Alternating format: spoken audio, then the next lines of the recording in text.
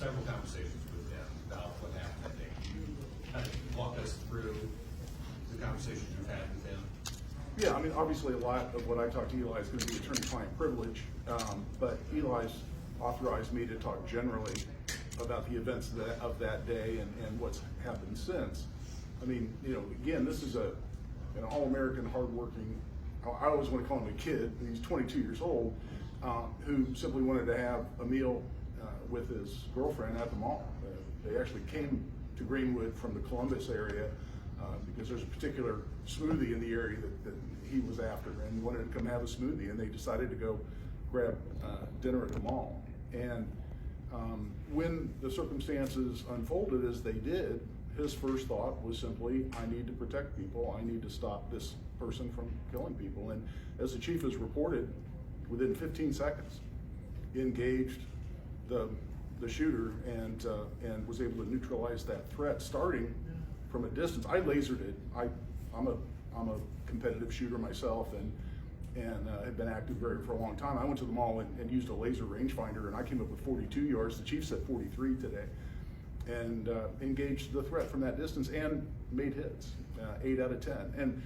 And again, what was incredible to me in him taking me through those events is how he was so level-headed and was able to exhibit that kind of marksmanship under incredibly trying circumstances. We use the term too often, cool under fire. He was literally cool under fire, and so that's why the chief appropriately calls him a hero. Since then, I can tell you that his motivation really is just to get back to his life. He's a hardworking guy, and he doesn't want to be in the public eye. He doesn't want to make public comments. He wants his life back, and he's still. And again, I won't violate his privacy, but I can tell you I've now represented a number of people, half a dozen, who have taken a human life, and every one of them was fully justified and legal, and saved lives in every instance. But for every single one of them, it's a traumatic experience to know that you've taken a human life. And I will talk generally, that's a hard thing to recover from, even when you know you were heroic, and even when you know you saved lives, and even when you are getting the thanks and congratulations from a lot of people. As I was here today, I got an email as I was literally parking. I got an email from someone who's contacted me before who said, my granddaughter was in the mall, my grandkids, I believe, were in the food court, and Eli saved their lives. Please tell Eli how thankful we are. So he appreciates that a lot. At the same time, he really just wants to get his life back. Has the entire event, has it really sunk in with him yet? It's hard to say, because I think it does seem a little surreal. I keep asking him, again, as someone who's been involved with firearms and marksmanship and even competitive shooting, I'm still astonished at the accuracy. The chief has shared how proficient he was, and that's what saved lives that day. And I asked him, you know, how were you that cool and that effective when a lot of us train all the time thinking about potentially being in a scenario like that, and I don't know that he can really explain it.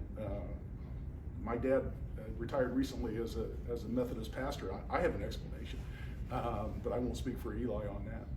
No, I know some people have tried to hire him. I mean, police departments have come after him. Yeah, oh yeah. I mean, I think maybe tongue in cheek, but I've gotten today. I had someone say we have police officer openings available. Gentleman I've trained with quite a bit just became Putnam County Sheriff, and he sent me an email yesterday saying we're looking for deputies.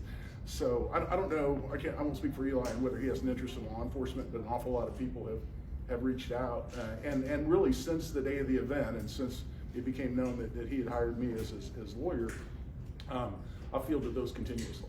I think that's an open question. I don't know. He likes his job now, and I don't know that he's looking for a career change. What's happened to the firearm that he had that day? It's going to be released. So I talked to the chief about that today. Since the investigation is concluded with this press conference and the announcements of today, then Eli's authorized me to pick that up for him. So there's some paperwork to be done, but it'll be released here sooner than later. Has he been back to the mall since? I'm sorry? Has he been back to the mall since? I don't believe so, no. Will you make him available at any point? If he wants to be.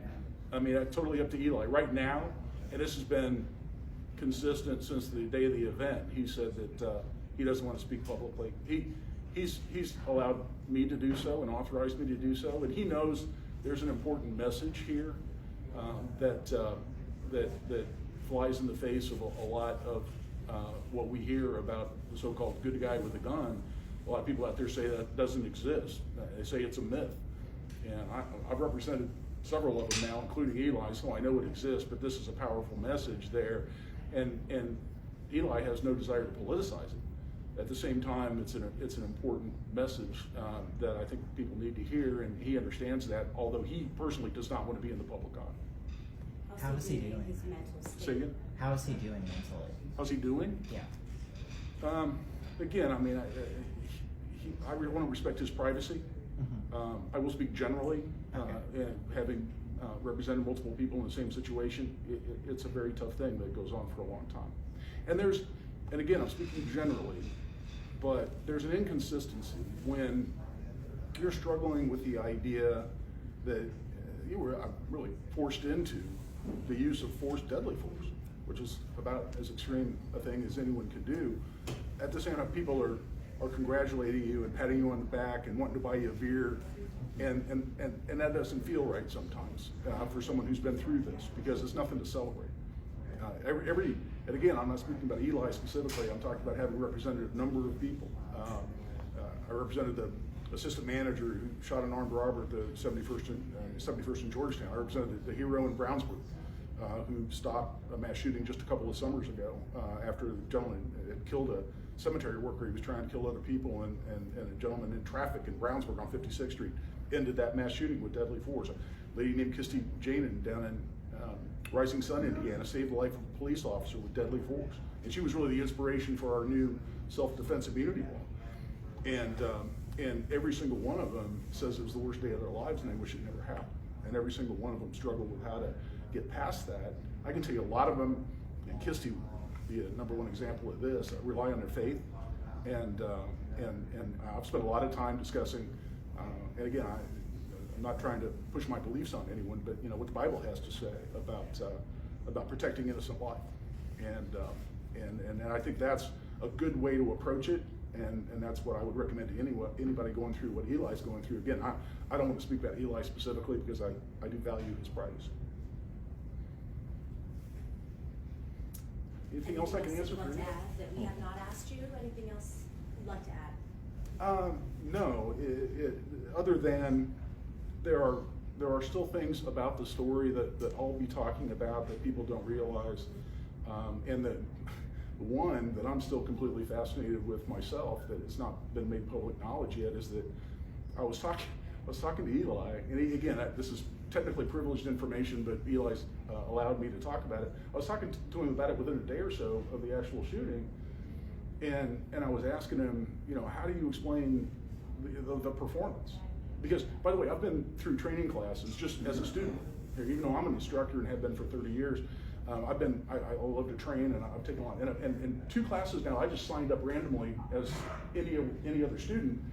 And at the end, the student said, well, now we're going to do a Dicken drill, literally, and it was shooting from there 40 yards, and I had to say, excuse me, it was 42. I learned today at 43, and had to hit 8 out of 10 shots on a silhouette target in under time pressure, and not very many people could do it, and so much less when people are shooting back or shooting other people, or there are people screaming, or there are people running across your sight picture. Eli had to pause as people were running, and the composure and the performance is just miraculous to me. But I was talking to him about it, and I asked him about his gun, and this hasn't been publicly released. It was a Glock 19, which is a compact Glock that hasn't been made publicly available.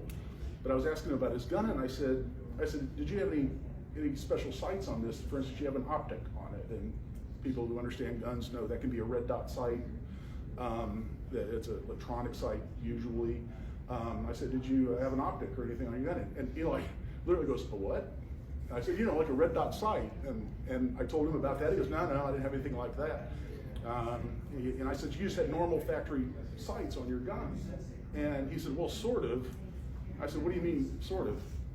And he said, well, I had a kind of a minor motorcycle accident weeks before the shooting, and I was wearing my gun as I typically do in a holster on my right hip, and I went down and I skidded on my right hip. And it kind of chewed my sights up. And I went, what are you saying? And he said, well, I got pictures if you want to see. And he showed me pictures, and these are more or less plastic sights. And as he skidded on the gun after this little motorcycle wreck, he just chewed the heck out of his sights. And I looked at this, and lining your sights up on your target is how you shoot a handgun specifically well and specifically at distance. And his sights were pretty darn chewed up. And I'll be posting those pictures on my, I'm not sure where I'm going to post them, probably on my social media. But it's fascinating to me because I do a lot of shooting, and I'm looking at these sites, and I don't know, I have one explanation, and it involves divine intervention. How often was he going to shoot? How often was he practicing? Was it regularly, or? Almost never. His grandfather taught him how to shoot when he was very young, like 9, 10, 11 years old. And I said, when you go to the range, are you really, really good? And he said, I don't really go to the range. Again, I was fascinated by this. And interesting enough, and the people who own guns or who practice will understand this, he said, I dry fire a lot. And what dry firing is lining your sights up, preferably nice sights, decent sights that aren't chewed up from a motorcycle wreck, but you line your sights up on something with the gun completely empty, and you checked it to make sure it's safe. And then practice pulling the trigger very lightly and gently so your sights don't come off the target. And he says, I dry fire a lot. I'll be in my room at night and I'll practice dry firing. And that's about it.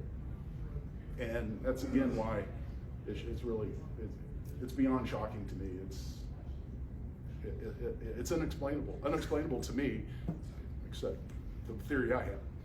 Any frenzy that's been, can you talk a little bit about the frenzy that's gone on as far as different media, even people from, I don't know, filmmakers trying to contact him? Has there any been talk about doing something with him in the future?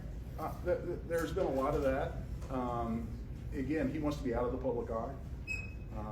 And there's only so much I can do. I mean, I've had the reaction of people, nobody wants to talk to the damn lawyer, right? So, and I don't blame people for that. People want to talk to Eli, and I would too. So no, I in the immediate future, no, I don't think so.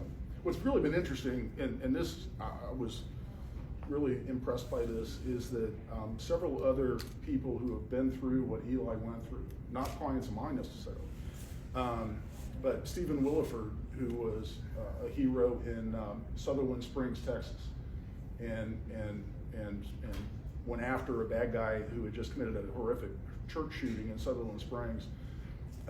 But Stephen Williford fought that guy, essentially a gun battle with that guy, and killed the bad guy.